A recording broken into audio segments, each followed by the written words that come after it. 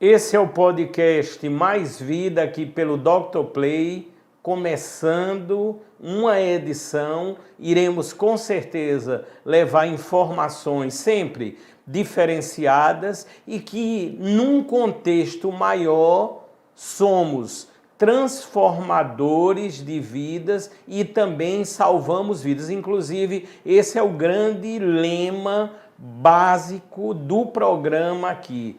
Nós salvamos vidas. Hoje, a meu lado, eu posso dizer assim, vamos enfocar um mundo sublime, maravilhoso, que é a área PET como um todo. E por isso que aqui presente é uma estreia no programa aqui da Dr. Play, o doutor José Cecílio Martins Neto, que é presidente justamente do Conselho Regional de Medicina Veterinária da Paraíba. Doutor, seja bem-vindo, o senhor está no podcast Mais Vida da Dr. Play. Bom dia a todos os ouvintes. Eu sou Cecílio, né? A gente está hoje sou médico veterinário, estamos como presidente do CRMV do estado da Paraíba e nós temos uma das nossas propostas é realmente se inserir na sociedade, fazer valer realmente a obrigação do Conselho, que é principalmente proteger a sociedade de maus profissionais que estejam nela inscritos. E estamos aqui à disposição para conversar um pouco e a gente conseguir esclarecer o máximo de perguntas possíveis. Com certeza. Doutor Cecílio Martins, só uma curiosidade. Eu sei que o senhor é médico veterinário, até me falou agora nos bastidores, há instantes, que normalmente o doutor lida com grandes animais, né? Animais de grande porte. Doutor, um desafio esse cargo, de qualquer maneira. Da onde partiu o convite? Ou seja, o senhor já estava ligado ao conselho de alguma forma? Um breve histórico para iniciarmos na utilidade pública. Bom, eu vou fazer realmente um resumo. Eu sou formado desde 2005, então estamos mais ou menos há 18 anos. Meu pai era médico veterinário também e ele faleceu exatamente no ano que eu me formei. Entendeu? Meu pai era veterinário, trabalhava com pequenos animais, trabalhou também, era funcionário público. Então ele participou de algumas gestões do conselho, na época dele como conselheiro, e sempre deu muita contribuição em outras instituições, Anclivepa, Associação de Pequenos Animais, ele sempre foi muito participativo na classe. Então, assim, eu fui obrigado a sair para trabalhar, logo após que meu pai faleceu, mas nunca deixei de ter o laço com as entidades, com o próprio conselho. Eu também fui conselheiro lá no início, fui conselheiro para uma gestão, depois eu me afastei um pouco para poder seguir a nossa vida do setor autônomo, ela é um pouco mais dura e a gente precisa sair para arrumar o serviço, né? Então, hoje, de um dia para cá, através disso eu viajo muito o estado da Paraíba todinho, tenho muito conhecimento com colegas veterinários, faço muitas parcerias, trabalho junto com vários colegas. Então, de uns anos para cá, a gente se sentiu ali uma necessidade de tentar representar um pouco melhor ali o conselho, entendeu? Algumas coisas que a gente via que tinha alguma necessidade. Então, foi um conjunto de colegas que a gente vinha se reunindo e veio essa ideia, rapaz, vamos participar, vamos entrar. Então, a gente participou de outras gestões, eu não, mas alguns colegas participaram. E nessa gestão, a gente decidiu lá que eu sairia candidato com a ajuda de todos os colegas que participam conosco, né? Então, foi assim que surgiu, então, foi bem tranquilo o processo, bem natural, entendeu? E a gente se disponibilizou para poder estar à frente dessa caminhada. Doutor, e num grau assim de sinceridade, quando começamos aqui na Dr. Play, com uma certa antecedência, o que é natural, a divulgar o programa com o senhor, e é lógico, temos um cadastro, vamos dizer, imenso de pessoas nessa área, as mensagens elogiosas em relação ao trabalho do senhor foram grandiosas, viu, doutor? O senhor está de parabéns porque as pessoas sempre elogiando e dizendo, não, agora vai crescer muito, vai dinamizar muito, as ideias são muito inovadoras e ele está com vontade de trabalhar e com tempo também. É isso mesmo, doutor? Assim, a vontade de trabalhar a gente sempre tem. Eu venho do setor privado, onde a gente sempre tem uma cobrança maior por resultado, né? Isso talvez é uma experiência boa, que a gente tem tido agora no Conselho, tentando trazer, vamos dizer, essa parte de produção. A gente tenta produzir um pouco mais, mas é bem árdua a tarefa, porque a gente tem que acordar mais cedo, dormir mais tarde. Então, eu sou de Campina Grande, né? A sede é em João Pessoa. Sou de grandes animais, mas a gente tem que estar bem envolvido nas causas de pets, tudo mais. Então a gente é obrigado a estudar muito, mas a gente tem feito o possível, entendeu? Então, realmente isso, tentar fazer o serviço chegar aos colegas, médicos veterinários ou tecnistas, é isso que a gente tem procurado fazer, né? Doutor Cecília, a gestão do senhor vai até que ano? Como é que funciona a nível da gestão do tempo, vamos dizer assim? A gestão são 3 anos. Então a gente entrou agora em agosto de 2022, vai até 2024, né? 24, na metade de 2024. Ah, ótimo. Ou seja, tem um bom tempo, né, Tem, para 3 se anos, trabalhar e a gente já deseja sucesso. E vamos começar com a interação, a nossa primeira tela aqui. Quando a gente começa a ler, doutor, isso é uma praxe aqui do programa, a informação realmente atualizada, vem funções diversas do Conselho Regional de Medicina Veterinária. Doutor, as incumbências que regem o Conselho são grandiosas, né? São muitas incumbências. O senhor tem, eu tenho certeza, a noção dessa realidade e dessa responsabilidade, não é, doutor? Exatamente. São muitas funções e funções de muita responsabilidade, né, perante toda a sociedade, né? O Conselho, assim, ele tem como principal função ele orientar e fiscalizar os profissionais que nela estão inscritos, que no caso os médicos veterinários, zootecnistas e pessoas jurídicas, né? Tudo que for de pet shop, estabelecimentos que vendem produtos de origem animal, tudo que tiver relacionado a produtos de origem animal, eles têm que estar inscritos no Conselho. Então, é uma pessoa jurídica que a gente também tem a obrigação de fiscalizar. É um órgão consultivo, onde as prefeituras, os órgãos governamentais, governo do Estado, o Ministério Público, eles pedem informações que são da nossa competência, eles pedem muitas informações e a gente tem a obrigação de dar. Somos um órgão consultivo, né? Participamos de muitas consultas de Ministério Público, de Governo do Estado, Prefeitura. Então, é uma obrigação nossa também como órgão consultivo e proteger a sociedade, de uma maneira geral, de maus profissionais que nela estejam inscritos, né? Que é a função realmente que é para chegar na ponta, como a gente diz, né? Então, qualquer pessoa que se sentir lesada por algum profissional ou uma pessoa jurídica que está inscrita no Conselho, ela pode vir no Conselho e fazer uma denúncia, coisa e tal, e nós temos a obrigação de apurar o caso, né? Doutor Cecílio, o senhor citou aqui, eu estou pensando nesse momento, não sei se o senhor tem uma ideia, eu vejo muitos pet shoppings, né? Lógico, eu moro aqui em João Pessoa, mas estou constantemente na belíssima e agradável cidade de Campina Grande, moro aqui no Bessa, mas parece que todo dia aparece um pet shop. Aí eu pergunto, dentro dos artifícios da internet e do site do Conselho, tem como ver isso é livre ou aberto, se aquele pet shop está regularizado? Tem como ver. Tem um sistema, né, o Siscad, porém você precisa só ter o dado do pet shop, mas CNPJ, entendeu? Mas você tem um sistema que você, se conseguir entrar pelo nome da pessoa, no caso o profissional, o CRMV ou o CNPJ, você consegue procurar e ver se aquele estabelecimento ou profissional está inscrito no Conselho, entendeu?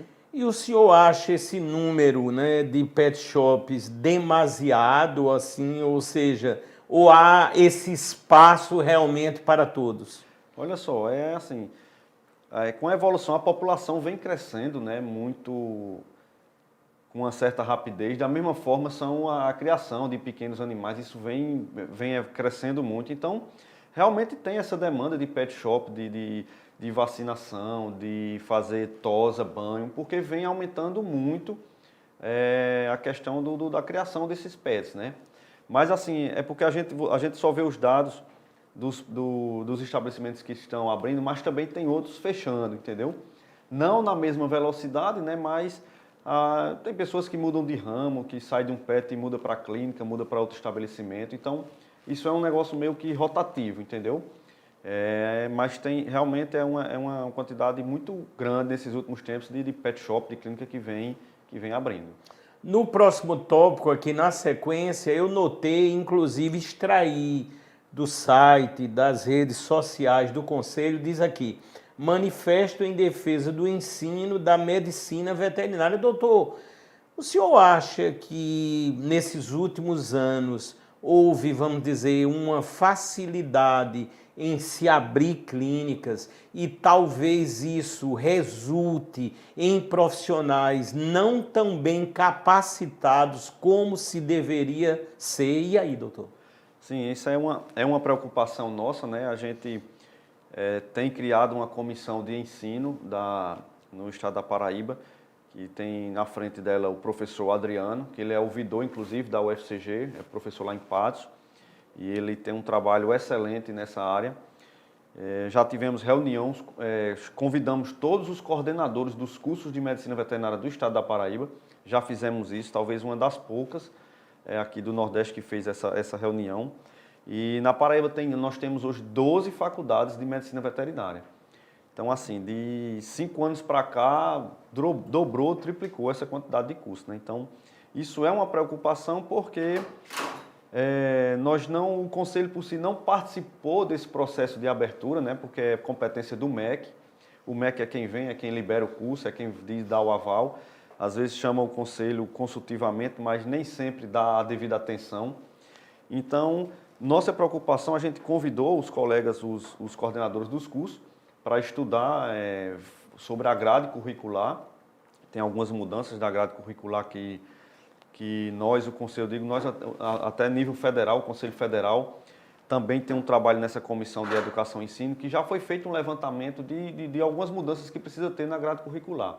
Então, as faculdades hoje talvez muito comercial e só quer que entre aluno e que saia, mas a gente vem fazendo alguns cursos de educação continuada e estamos tentando chegar cada vez mais próximo do colega veterinário que vai se formar. Então, ele só conhecia, muitas vezes o profissional só conhecia o conselho depois que se formava, porque tinha que vir no conselho dar entrada no CRMV e tirar a carteira para poder sair atuando, né?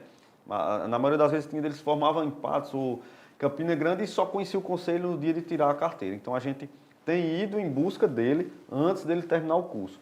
Geralmente, a gente dá uma palestra, faz uma aula ali nos alunos de primeiro, segundo, terceiro período e, no mínimo, mais outra vez, ali quando ele está no finalzinho do curso, para poder ele sair um pouco melhor orientado sobre as funções do conselho, né? Então, essa é uma preocupação que a gente tem. Uma preocupação. Doutor Cecília, o senhor sentiu uma receptividade adequada, boa, das universidades, dos locais que têm o curso de medicina, ou seja, eles pensam nesse alinhamento, nessa melhora da qualidade, o senhor... Porque às vezes nos deparamos com algumas realidades, existem algumas categorias que não são tão unidas, né? Qual foi a visão do senhor? É verdade. Não, nós tivemos uma receptividade muito boa, assim. Dos 12 coordenadores, eu acredito que só um ou foi 2 que não puderam participar por problemas pessoais no dia da reunião marcada, mas eles foram muito receptivos, tanto que a reunião se estendeu, acho que de 1h da tarde até 6, 7 horas da noite. Não deu tempo nem de concluir todo o assunto, porque foram aparecendo outras pautas e a gente ficou, inclusive, de vamos remarcar outra reunião, mas foi muito receptivo, os coordenadores dos cursos sempre em busca realmente de melhorias, né? E a gente está ali para tentar dar todo esse apoio, né? Então foi muito bom. Doutor, aí hoje, em média, quantos anos para se formar como médico veterinário, assim, qual é a base? Existem cursos técnicos também, mais curtos, como é que funciona? Olha só, hoje o curso de medicina veterinária, se eu não me engano, ele era de 5 anos e meio, está entre 5 anos, a média de se formar, 4 anos e meio, 5 anos, entendeu? Com relação aos cursos técnicos, curso técnico, na verdade, ele não tem a competência do conselho, não tem inscrição, não é como enfermagem, né, que tem técnico, tem auxiliar de enfermagem. O curso técnico de veterinária tem algumas instituições aqui que oferecem, então elas têm por obrigação de estar inscritas no conselho, porque o curso técnico, às vezes, eles precisam de algum laboratório, de alguma coisa, então o curso em si ele tem a obrigação de estar inscrito no conselho, entendeu? Tem alguns inscritos, porém o técnico que se forma ele não tem nenhum sindicato, não tem o conselho, não é o da medicina veterinária que acolhe, entendeu? Entendi. Nós vamos agora na sequência, com certeza o órgão que o senhor agora preside recebe por vezes ou por muitas vezes denúncias, né, doutor? Aqui diz campanha contra o exercício ilegal da veterinária. Como é que o senhor vê os órgãos estão atentos a essas possíveis, vamos dizer, irregularidades? E aí, doutor? Bom, isso aí é outra questão também que a gente vem tentando conversar em conjunto com o Ministério Público, né? Algumas polícia ambiental, tem algumas delegacias especializadas em bem-estar animal, acredito que aqui em João Pessoa tem uma, e a gente realmente vem começando a receber uma maior frequência o número de denúncias, né? Em alguns momentos, assim, a gente vê que é muito regional, às vezes de algumas cidades tem algum promotor, algum delegado que é mais da causa e consegue dar uma celeridade maior nos processos. Em alguns lugares o processo é um pouco mais lento, como acontece também em outras situações, né? Mas a gente tem procurado fazer essa parceria, entendeu? A gente vem fazendo uma campanha contra o exercício ilegal da profissão, que é no caso dos práticos, que ainda existe muito, tanto na capital como também tem muito no interior, pessoas que se acostumaram ali no ambiente e que faz uma discórdia no animal, faz uma castração num boi, entendeu? Tem deles até que fazer uma cesárea numa vaca.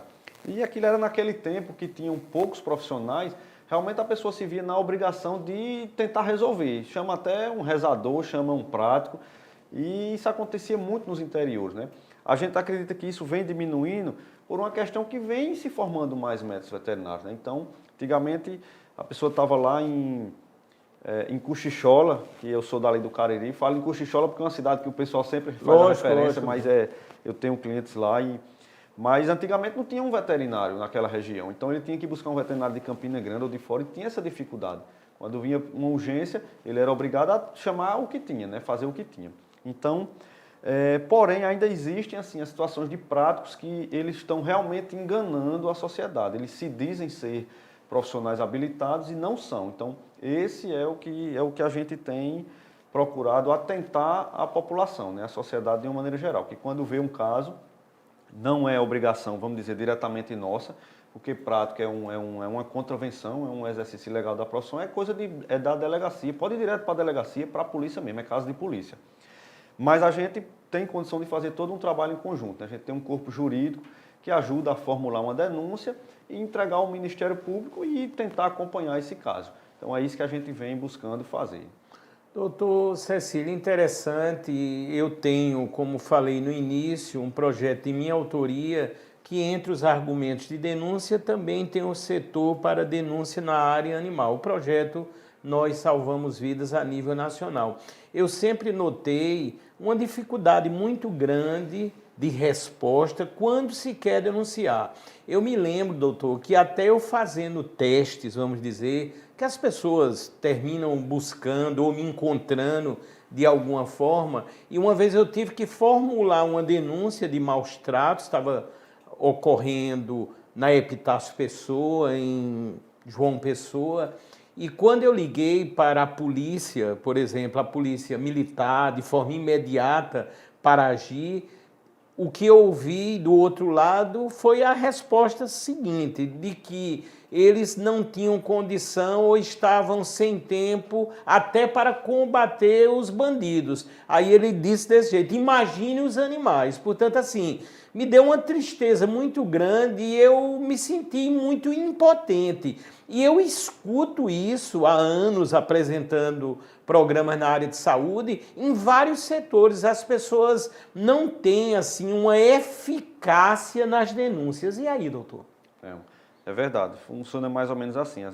A gente tem, por exemplo, a gente vai em busca de um delegado, de um promotor que seja mais da área animal, que seja mais sensibilizado, vamos dizer assim, para tentar dar um acompanhamento mais rápido desse tipo de denúncia, né? Em João Pessoa agora tem uma delegacia especializada, existem alguns projetos aí de fazer, acho que em Campina Grande também, em outras partes do estado, Porém, a gente precisa realmente de uma ação um pouco mais efetiva. Então, a gente vai em busca é onde entra também a classe política, né? A gente precisa de deputados, de prefeitos, de vereadores que sejam mais envolvidos com a causa animal para poder dar uma celeridade nessa questão da causa animal, né?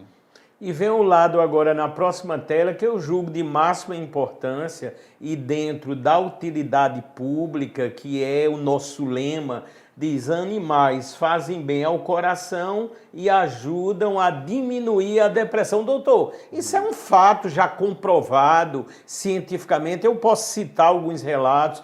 Eu já entrevistei pessoas que estão à frente de vários projetos, como cão terapia, projeto também ligado com autistas e crianças com paralisia cerebral a nível, por exemplo, de cavalos. Eu já encabecei, inclusive, quando em Manaus, diretor de uma grande instituição de ensino lá, Newton Lins, eles contavam com aras e junto com a universidade e a escola faziam esse trabalho. Portanto, eu conheço da efetividade dessas ações ligadas com o mundo animal. Doutor, isso é um fato, não sei como estão levando para as escolas, porque eu acho que a escola é a base também dessa história. Como é que o senhor vê? Estão precisando mais ações, a escola tem que se envolver mais e mostrar que os animais salvam vidas. E aí, doutor? Isso.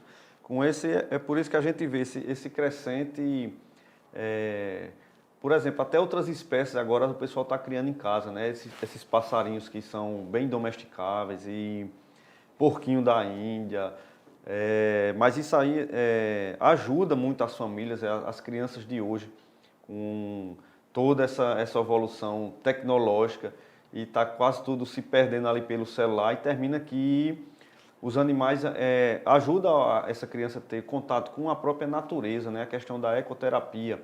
Lá em Campina Grande a gente participa de um projeto lá, e isso na verdade, é um verdadeiro fenômeno. A gente vê crianças chegando de um jeito e elas com 6 meses, 1 ano de tratamento, elas mudam totalmente, né? Pessoas que são, às vezes, que não têm uma sociabilidade boa, e quando ela tem contato com os animais, com a natureza, muda muito, né? A questão... Pessoas já até mais velhas. Eu tenho um exemplo de um familiar que foi morar fora, teve uma necessidade de morar fora e foi sozinha. Quando deu 6 meses, 1 ano, ela estava quase que entrando com ansiedade, com depressão, e comprou um cachorro, e graças ao cachorro ela conseguiu se estabilizar, porque o cachorro, na verdade, era uma companhia, né?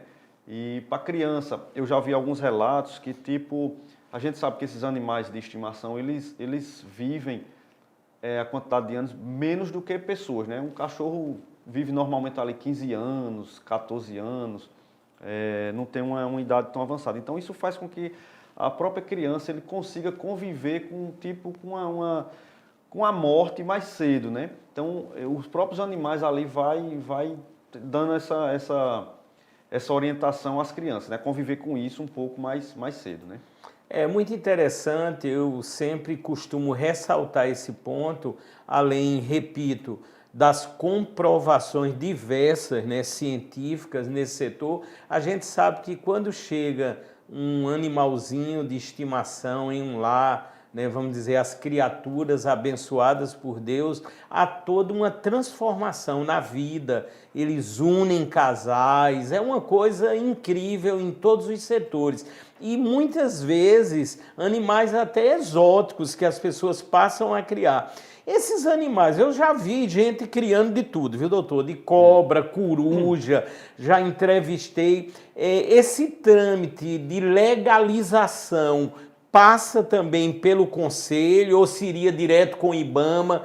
Como é que funciona para aqueles que quiserem ter animais, vamos dizer, bem exóticos em casa? E aí, doutor? Não, é direto com o IBAMA, esse tipo de credenciamento, né? A pessoa ela tem que comprovar, eu não sei bem como é que procede. Ou que ela criava já esse animal há muito tempo em casa, então eles fazem uma inscrição no IBAMA, e o IBAMA faz uma visita, tipo, eles têm toda a condição de cuidar desse animal, ou são animais já oriundos de lugares que são registrados, né?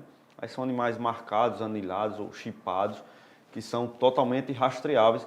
E, se eu não me engano, eles recebem até uma visita periódica para saber se está criando da maneira certa, entendeu? Então tem toda uma regularização. Toda uma regularização. Doutor, aí nesse contexto, o senhor cria algum animal assim? Porque o senhor falou em animal de grandes portes. Eu digo, será que o doutor cria um cavalo em casa? Como é que é aí, doutor? Eu tenho um sítiozinho, aí eu crio cavalo. É mesmo, doutor? Que interessante. Tem um sítio, eu crio cavalo e crio cachorro. Eu gosto muito de cachorro. Eu crio aquelas cachorros raça Border Collie.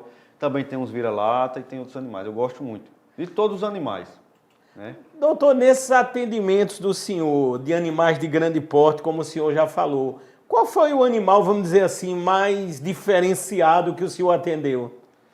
Mas a gente passa por muita coisa. Mas eu atendi um animal, foi na pandemia, no início da pandemia, há uns 3 anos, que foi um avestruz. Um avestruz, foi, doutor? Que engoliu. Eu não me lembro se foi uma bola de sinuca, se eu não me engano. Aí, realmente, que avestruz parece que eles são muito buliçosos, comem pedra, comem umas coisinhas lá. Entendi. E esse tinha engolido uma bola de sinuca e não deu passagem. Então, a gente teve um trabalho danado para esse avestruz. Mas escapou naquele momento, escapou. Coisa boa. Porque tem toda uma anatomia diferente da que a gente é acostumado, então a gente é obrigado a estudar, contactar com alguns colegas que atendem esse tipo de animais, que não é fácil, né? Um animal exótico. Não tem esse tipo de atendimento com frequência, mas a gente conseguiu resolver.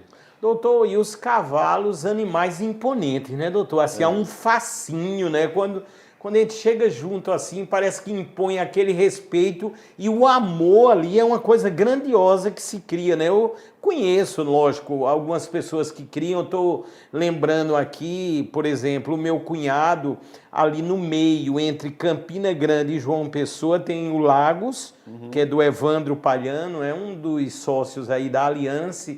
E ele lá também tem os cavalos e, vez por outra, eu estou observando lá, mas é uma coisa fascinante, não é, doutor?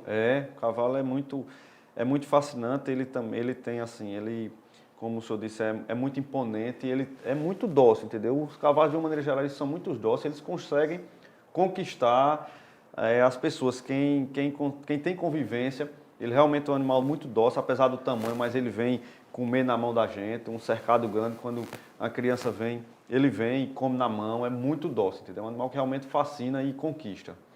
Doutor, nessa sequência, nós estamos ao vivo aqui, é o podcast Mais Vida pela Dr. Play, levando essa informação única e um modo diferente, com certeza, de abordar a saúde. Nesse momento, a saúde e o bem-estar de todos os animais. Dizem aí que no Brasil já são mais de 170 milhões de animais de estimação. Uma população grandiosa, né, doutor?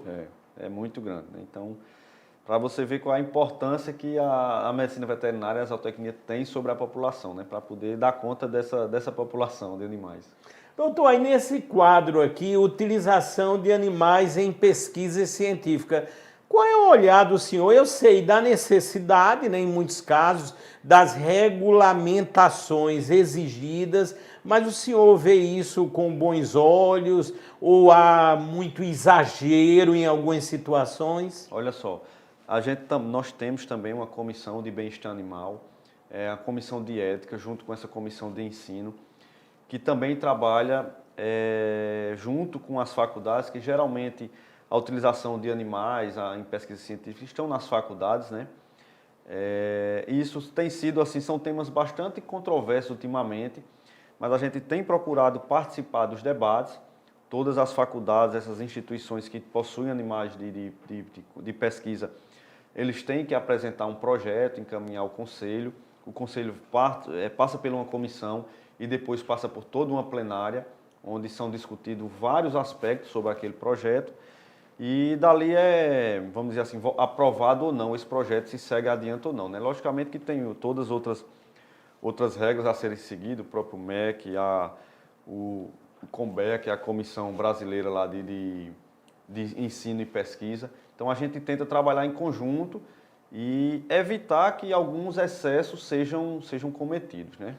O doutor Cecílio, se fala muito nessa área, na saúde única, né? Ou seja, ver a cadeia como um todo, né, ligado com os animais e os produtos.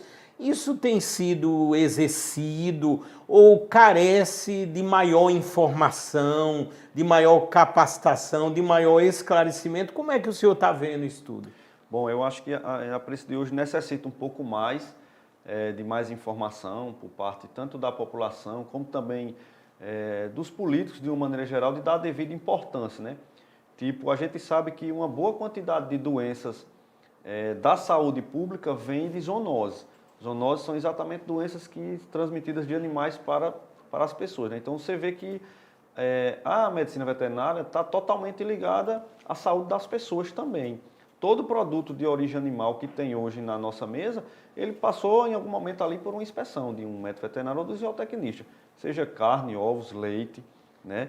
Então, assim, precisa realmente de uma atenção melhor e realmente colocar esse profissional inserir ele na saúde única, né? Da maneira como deveria estar. Hoje ainda é muito pouco.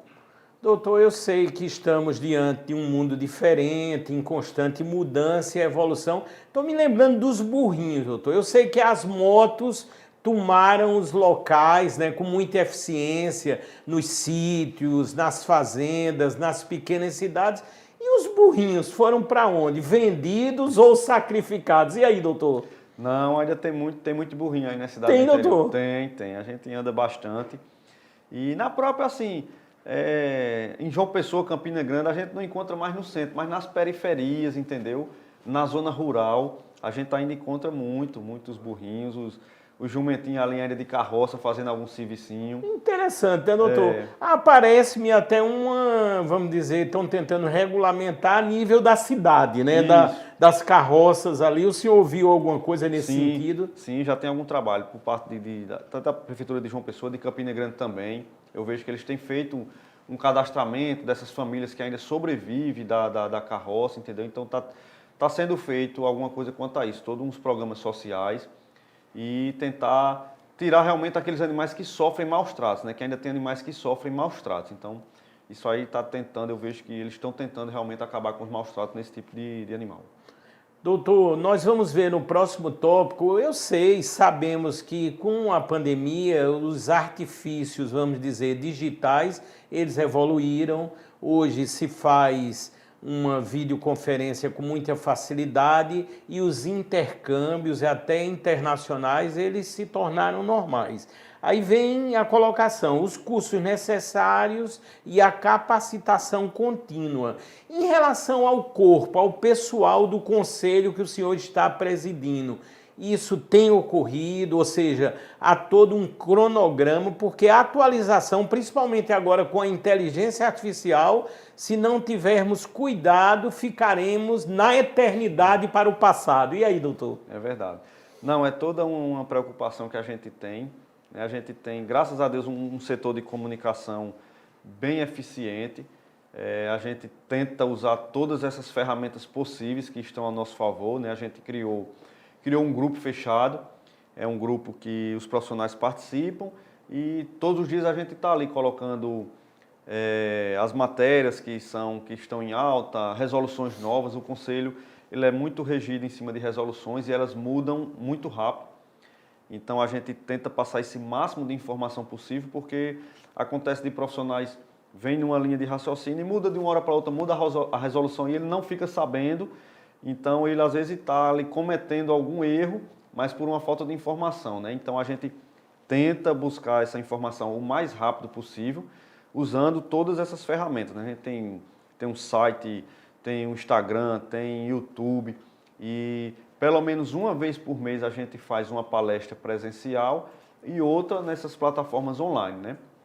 Como eu tinha lhe falado aqui inicialmente, a todos os meses a gente tem uma solenidade de entrega de carteiras aos novos profissionais. Então, nessa solenidade de carteira a gente faz uma palestra sobre o código de ética do profissional e geralmente a gente traz outro profissional que às vezes não é especificamente da área técnica da medicina veterinária. A gente já trouxe psicólogo, a gente já trouxe advogado, a gente traz jornalista para falar de assuntos que estejam relacionados, né? Tipo, como usar as redes sociais, qual linguagem utilizar na sua rede social.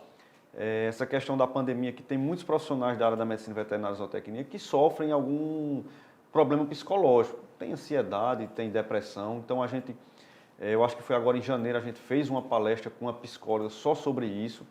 Então tem tido uma receptividade muito, muito boa por parte dos colegas. E toda vez que a gente faz algumas enquetes nas redes sociais, no grupo, e as pessoas vão escolhendo os próximos temas que por demanda. Então a gente também trouxe de maneira online, teve uma demanda sobre esporotricose, que é uma zoonose em algumas cidades aqui do interior da Paraíba, e vários colegas estavam pedindo a gente, então a gente convidou uma colega que é expert nesse assunto e fez uma palestra aí pra gente sobre a esporotricose. Já esse mês agora a gente convidou um colega falou sobre celuarte, que é aquela questão do queijo. Então é um pessoal lá do Mato Grosso do Sul que foram os primeiros a estar envolvidos nessa área. Então, como aqui os colegas tinham muitas dúvidas aqui no interior também, então a gente convidou para poder dar essa orientação a nós e dizer como foi que eles conseguiram fazer lá e nos orientar aqui para que a gente também possa seguir esse processo. Então, é uma preocupação que a gente tem e a gente procura usar, né, dessas ferramentas em nosso favor, né, como você diz.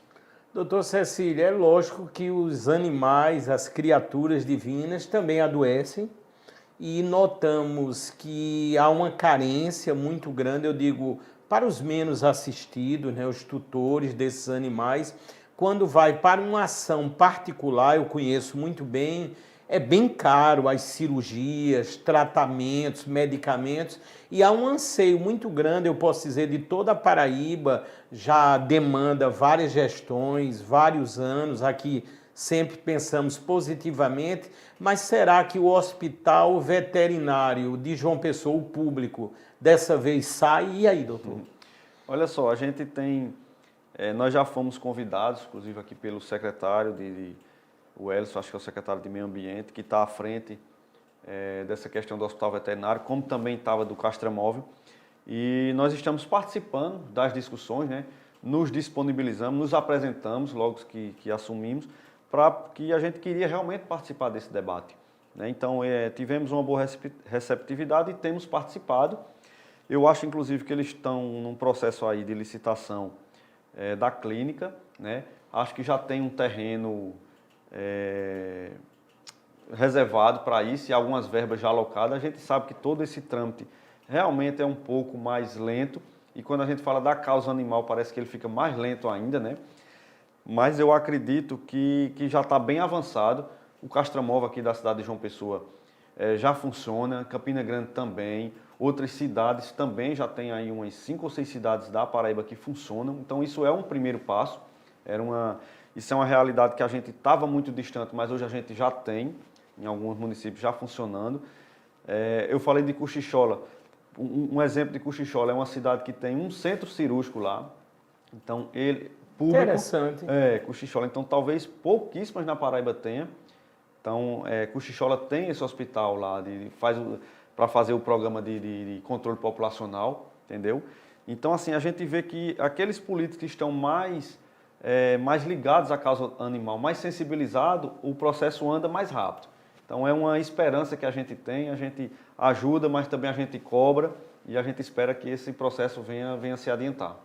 Doutor, eu sou do tempo ainda que o cachorro, por exemplo, né, quando criava animais, eu particularmente hoje não crio porque dá um sofrimento muito grande quando eles vão embora, né? Parece um ente da família que a gente perdeu. E no caso se comia a comida do dia, ou seja, o que fosse o almoço, o cachorro lá estava comendo e eu digo, o cachorro que eu tinha se chamava Will, ele morreu de velho mesmo com 17 anos.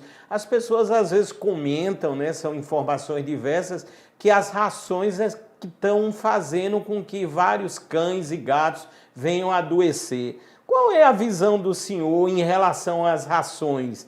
Seria uma comodidade do mundo moderno, obviamente, ou se eu continuar tratando ali o meu cachorro, o meu gato com a comida do que tem em casa, será que ele não vai viver mais? E aí, doutor?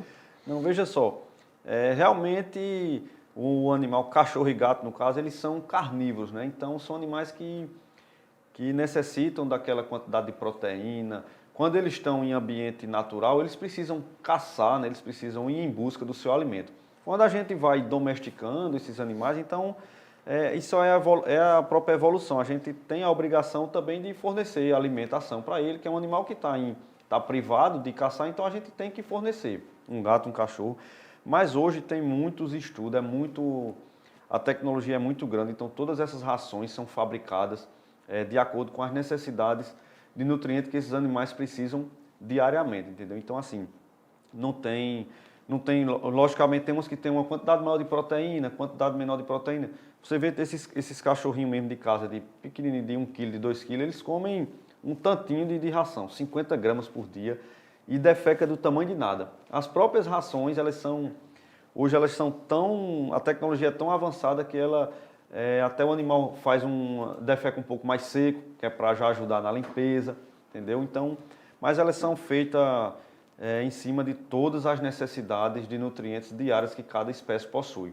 Hoje, muito mais do que isso, tem ração só para paciente cardíaco, tem ração para paciente com problema renal, tem ração para pacientes diabéticos, então, para pacientes com artrose, processo de artrose. Então, tem uma variedade enorme. Tem uma né? variedade enorme de ração para cada necessidade.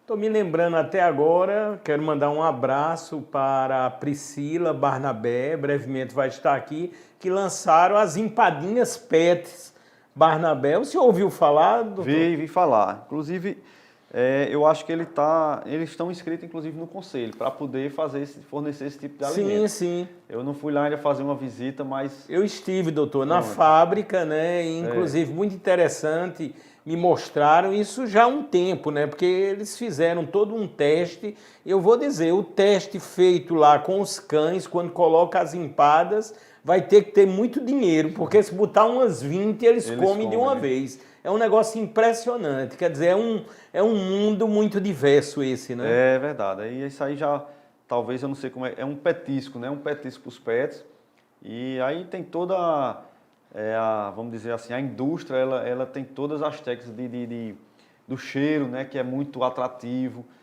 a consistência, então com certeza isso é um sucesso para os pets, né? É um sucesso.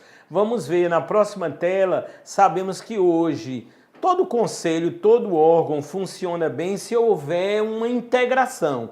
Por isso vem a pergunta, se há uma integração entre os conselhos regionais de medicina veterinária do Brasil, como é essa ligação, como é esse intercâmbio, doutor? Sim, nós temos uma ligação muito próxima com todos os conselhos regionais de todo o Brasil, todos os estados, e com o Conselho Federal, né? Inclusive, 3 a 4 vezes por ano existe uma Câmara Nacional dos Presidentes, que é um evento exatamente para que todos os presidentes se reúnam junto com o Conselho Federal e cada um passe a experiência de cada um, o que vem acontecendo em cada estado. Cada estado tem sua particularidade, né? A gente vê a realidade do estado do Amazonas em relação a grandes animais, um estado de fronteira. Mato Grosso do Sul a gente teve agora há poucos dias numa Câmara Nacional no Mato Grosso do Sul. Então, assim, a gente vê uma realidade totalmente diferente quando vai falar em criação de vacas, de gado,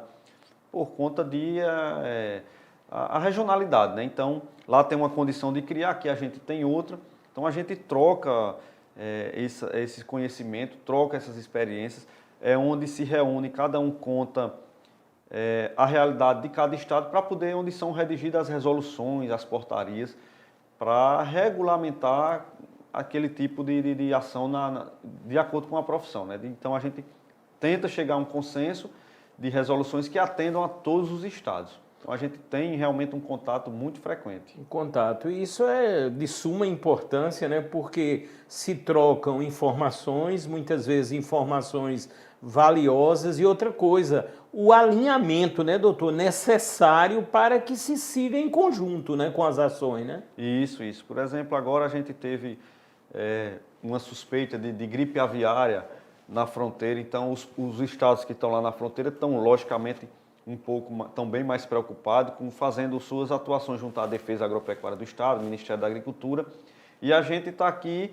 estudando a possibilidade de que chegar aqui a gente esteja preparado, né? Tanto o corpo técnico como agir, né? Na verdade. Então, teve um caso também de vaca louca, então tudo isso a gente tem que estar antenado e o que está acontecendo lá fora a gente tem que estar preparado para receber aqui também, ou se precaver, vamos dizer assim, né? Ou então tentar evitar esse tipo de problema. Então a gente tem que estar antenado. Doutor, as feiras que habitualmente, eu sei que a pandemia, né, retardou um pouco, agora, vamos dizer, já está tudo normalizado. Eu me lembro de grandes feiras a nível de Campina Grande, de João Pessoa. Como é que está o calendário aí? Bom, ainda tem algumas feiras que... em alguns municípios pequenos, essas feiras às vezes é muito pequena. Depois da pandemia, algumas se acabaram realmente, estão tentando retomar.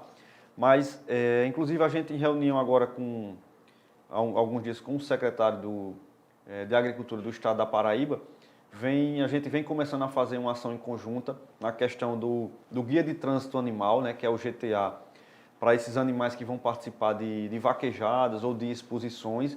Então, relacionado a isso, a gente solicitou, inclusive, deles que nos passe ou peça aos prefeitos uma lista das cidades que realizam essas feiras agropecuárias, né? Para ver se a gente consegue fazer uma ação mais efetiva, vamos dizer assim. Onde tem aglomerado de animais, é obrigatório ter um responsável técnico, né? Seja ele médico veterinário ou tecnista. Então a gente precisa encontrá-las e tentar chegar mais próximo e evitar com que aconteça problemas como acontece em todo canto, de maus tratos, nessas feiras tem umas feiras meio que desmanteladas, animais que chegam em estados caquéticos, doentes, e a gente precisa fazer uma ação em conjunto com o governo do estado, as secretarias de agricultura dos municípios, e evitar esse tipo de ação para evitar uma possível disseminação de doenças, vamos dizer assim, né? E dos próprios maus tratos. Doutor Cecílio, o senhor vê em alguns momentos, né, a área é muito grande, muito diversa, alguns exageros demasiados na criação. Eu não vou citar nomes, mas eu tenho colegas familiares que quando chega o mês de São João em Campina Grande, que tem muitos fogos, leva o cachorro para os Estados Unidos, fica lá trancado, bota um fone de ouvido e o cachorro só escuta música instrumental. E aí, doutor? Não, a gente tem uma preocupação quanto a isso. Inclusive, no fim do ano passado a gente fez uma campanha, né, que era brilho sim, barulho não. A gente fez uma campanha de rede social e vários prefeitos acolheram essa proposta nossa e assim o fizeram. Foi em Campina Grande, foi em João Pessoa, alguns municípios aí também do estado da Paraíba, fizeram aquele show que tem pirotécnico da virada do ano, né? Fizeram com aqueles fogos que não soltam mais barulho. Então, a gente foi, inclusive, recebemos uma moção de aplauso na Assembleia Legislativa aqui do estado da Paraíba por essa campanha que a gente fez, que era brilho sim, barulho não. Então, realmente, a gente tem isso como um excesso e a gente preza para que não aconteça esse tipo de procedimento, né? E parabéns aí pela campanha, eu puxei esse link porque quando a gente vê aí os animais, por exemplo, estou me lembrando das crianças autistas, né, que também tem toda essa condição, muitas vezes as pessoas não entendem, mas não entendem porque não sabem profundamente sobre os temas. Portanto, essas campanhas de esclarecimento, repito, desde a base, que é a escola, e a família no seu papel habitual e natural, eu vejo como fundamentais, não é, doutor? É verdade. E só que eu esqueci de falar, essa campanha a gente fez em conjunto com o Conselho de Medicina Humana e com a OAB, exatamente para isso, né? Que fogos não afeta só realmente os animais, tem crianças, idosos, pessoas com autismo. Então, isso foi uma campanha que a gente fez em conjunto e que, graças a Deus, surtiu o efeito. Doutor Cecílio, quando o senhor assumiu, lógico, bastante recente, o conselho aqui da Seção Paraíba, o que foi que o senhor viu de mais urgente, assim, que o senhor disse, não, temos que logo encabeçar isso e mudar essa história? Olha só, É a questão de, como eu tenho lhe falado, da gente chegar mais próximo do profissional, entendeu? Com esse aumento dos cursos de medicina veterinária e o aumento muito rápido de colegas, a gente se sentiu que estava um pouco distante dos colegas que iam ali se formar. Então, rapidamente a gente criou a comissão de ensino, chamou os coordenadores dos cursos e a gente tem participado eu já rodei acho que em todas as faculdades, talvez uma ou duas aqui em João Pessoa, que eu ainda não consegui encaixar um horário, uma visita, mas a gente faz uma visita aos colegas, aos estudantes ainda ali, logo no início do curso, primeiro, segundo, terceiro período, e no mínimo a gente faz outra antes de chegar ao término. E outra necessidade que a gente via também era vamos dizer assim, inserir um pouco mais na classe política, para poder a gente levar esses nossos pleitos, que são a questão de delegacia de bem-estar animal, que a gente tem uma agilidade nos processos contra os práticos, entendeu? Então, que a gente consiga colocar realmente o médico veterinário zootecnista na saúde única dos municípios. Então, a gente sentiu esse distanciamento do conselho, tanto com a classe dos profissionais zootecnistas, quanto com a população. Então, a gente vem fazendo um trabalho bem efetivo quanto a isso, que a gente tem surtido efeito. É o que a gente sempre chega no canto, mas Cecília, agora a gente vê o conselho aqui, está ali, está em cima do negócio. Então, era realmente uma proposta nossa que a gente vem bem efetivo trabalhando em cima disso. Doutor Cecília, a gente sempre pensa, é inevitável, nos recursos, né? Recursos financeiros. Como é que o senhor encontrou, vamos dizer assim, o caixa do conselho? Há dinheiro para as necessidades ou sempre se precisa mais? Da onde vêm essas fontes de recurso? Bom, o conselho lá, 100% do recurso do conselho ele é dos profissionais inscritos, médicos veterinários ou tecnistas e as pessoas jurídicas, né? Então, ele é um conselho bastante enxuto, a gente tem uma sede aqui muito boa, temos profissionais lá, tem os funcionários efetivos, né? E tem alguns assessores, mas essa estrutura é bem enxuta, até porque é um serviço bem restrito, né?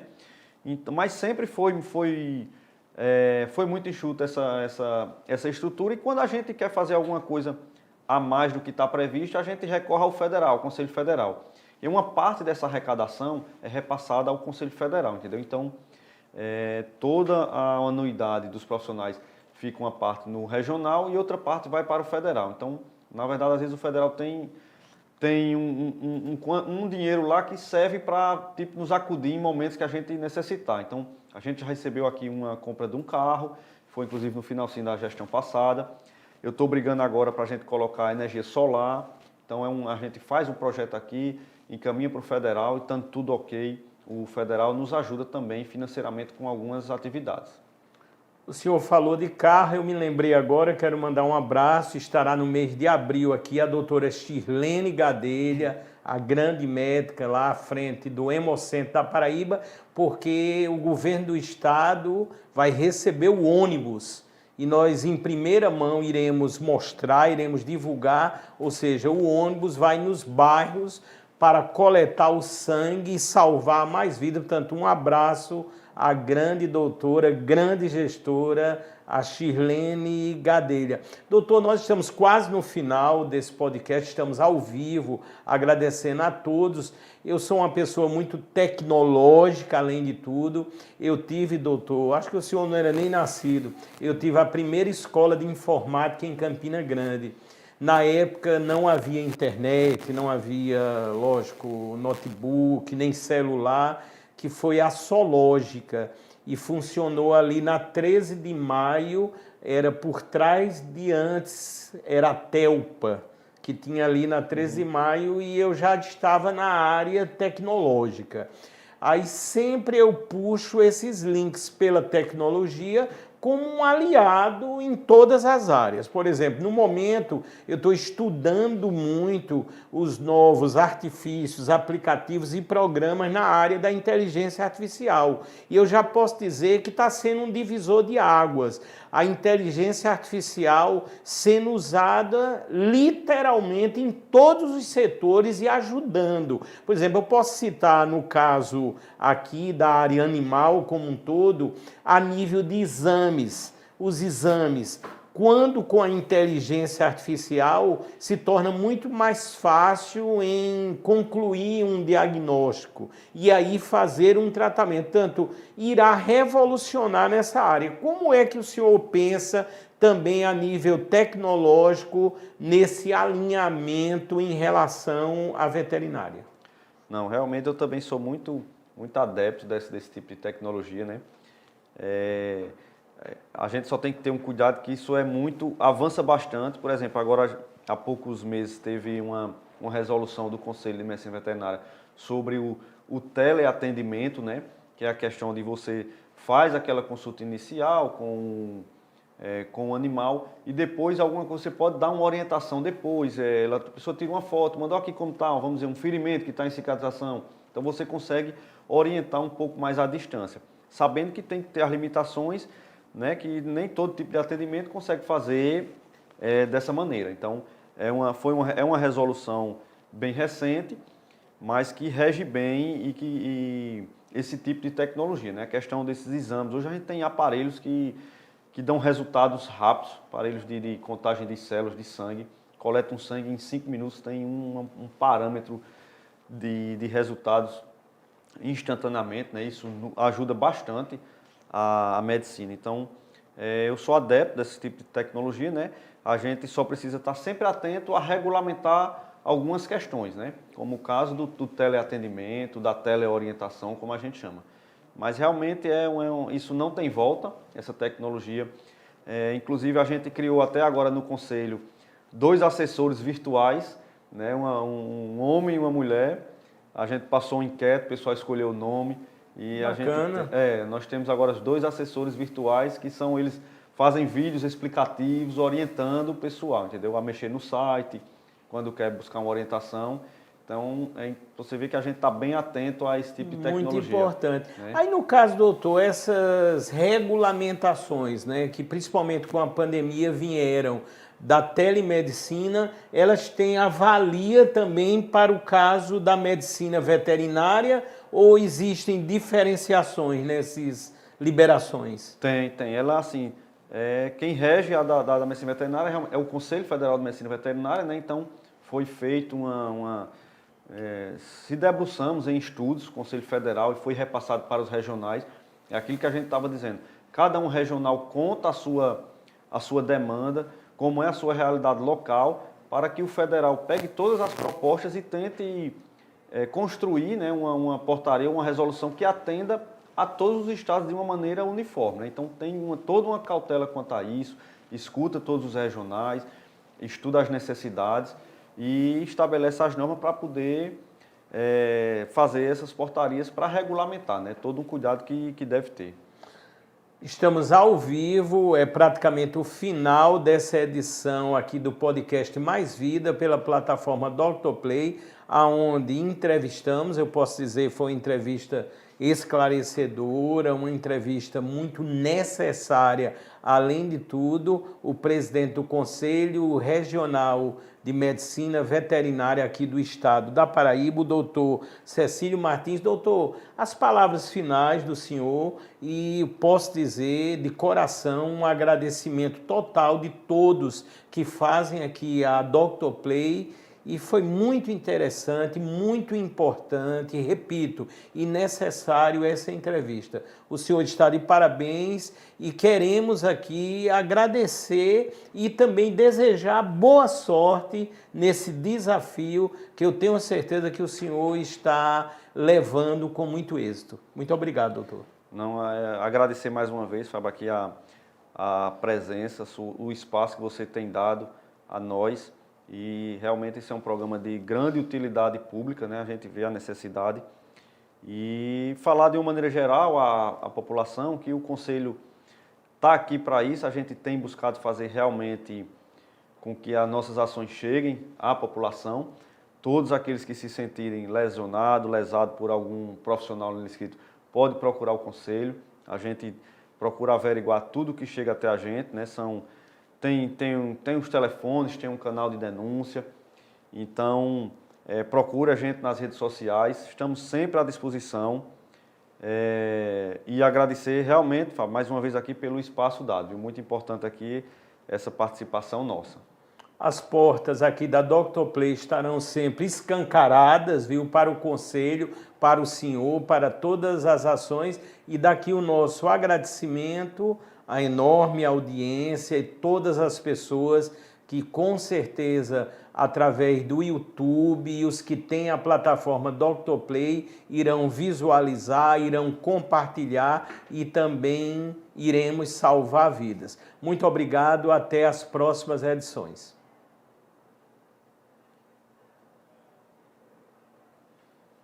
Doutor, foi excelente. Tudo. Foi bom? Foi ótimo.